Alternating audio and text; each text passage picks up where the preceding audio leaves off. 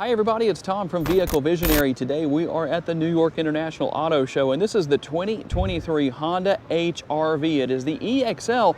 These models are available with all-wheel drive if it's something you so desire. So this model is all-wheel drive. It has an exterior color of Nordic gray, so in case you're curious, you might think this is Sonic gray, but probably looks a little bit different under the lights here at the show.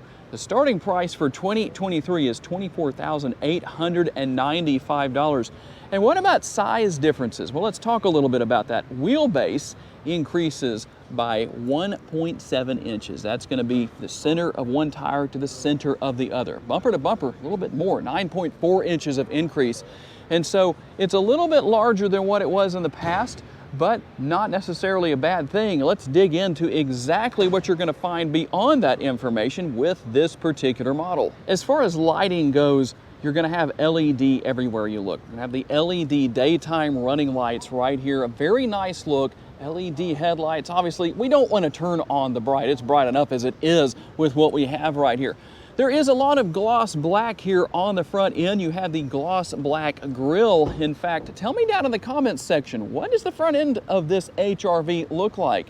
Another much higher end vehicle is the answer I'm looking for. The winner will receive a Vehicle Visionary t-shirt if you're the first person to comment correctly. So quite a bit of gloss black here as far as all the trim work goes. We are going to have an active air vent right here, allowing the air curtain's going to allow air to flow through the front end. That's going to help to increase aerodynamics, decrease drag, and help with airflow, so you can see where the air comes out right there as far as that goes.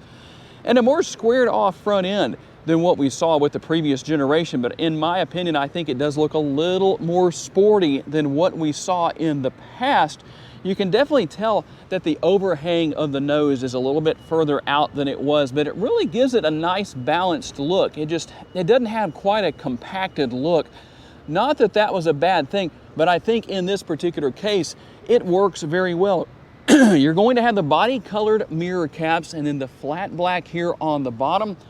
We're obviously going to have blind spot monitoring right here. All of those great safety features from Honda. Sensing, such as traffic jam assist, blind spot monitoring, cross traffic alert, all that good stuff, lane departure mitigation. And if you're wondering what exactly is traffic jam assistant, I believe it only works at 40 miles per hour or below, if I remember correctly. And it basically manages the vehicle for you as far as braking and gas and all that stuff at those speeds in higher traffic situations. One thing to note is that if you stop for more than 5 seconds, it will deactivate. Under the hood of this model that is based on the Honda Civic, the 11th generation of the Civic's platform, so you're going to see a lot of similarities here. This is the 2-liter naturally aspirated 4-cylinder. It puts out 158 horsepower, 158 pounds-feet of torque. It is mated to a well-behaved, continuously variable single-speed transmission, or CVT. And what about the MPGs? That's very important, especially on an SUV of this size. We're looking at 25 city, 30 highway, and 27 combined. Honda says you should use 3.7 gallons of gas for every 100 miles you drive.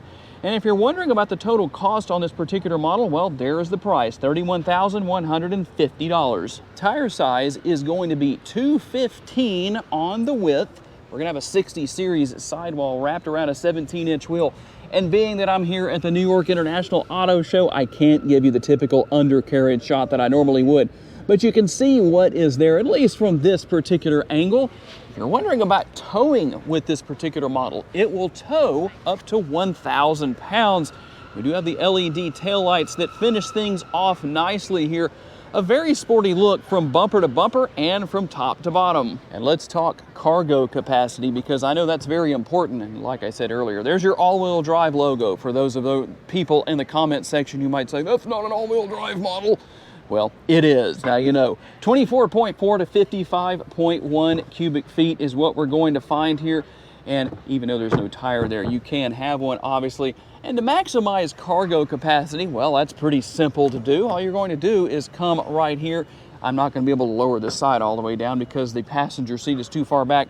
but you just reuse this release right here and you're good to go. As I said earlier, this is based on the platform of the Honda Civic, so you're gonna have some of the similar options for interior colors and all that good stuff here. But one thing, if Honda missed something on this newly redesigned HRV, no more magic rear seats. That's a little disappointing. So, gonna have a smaller door bin here, but probably the right size for this particular model of SUV. When we use the test right here to see how soft that armrest is, it feels a little hard. But when you put your arm on there, it doesn't feel so hard at all. And there is a decent amount of space back here for the rear seat passengers. Obviously, a lot of that's gonna be dependent on where these front seats are located. And then, well, how much space do I have above my head at 5'10"? Actually, quite a bit. Something else reminiscent of the 11th generation of the Civic is the fact that you're not going to have but one rear seat pocket and a lack of air conditioning vents and connectivity back here. No panoramic sunroof either. For me personally, that's not a big deal. For other people, they say they want that. They don't like the conventional style sunroof as what we have here, or size, I should say.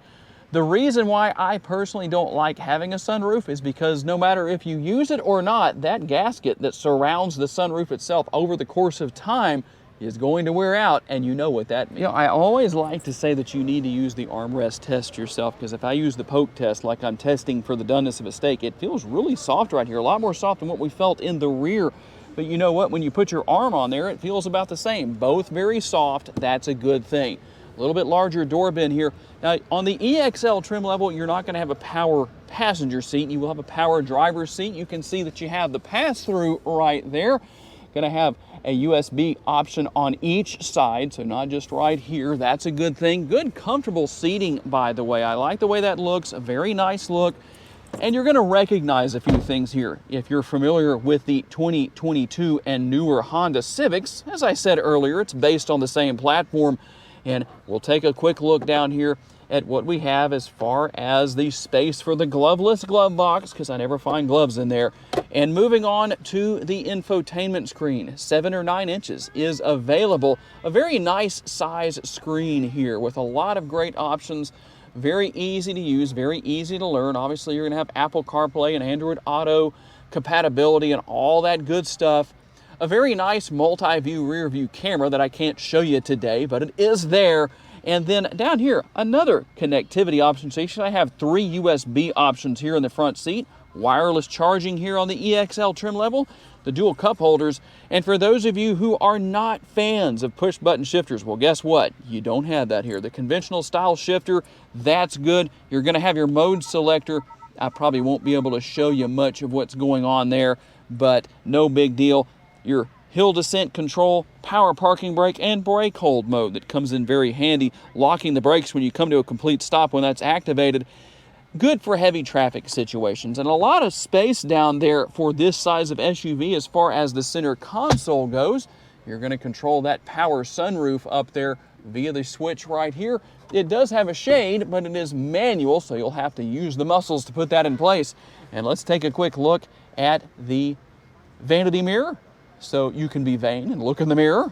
Has a light there for you.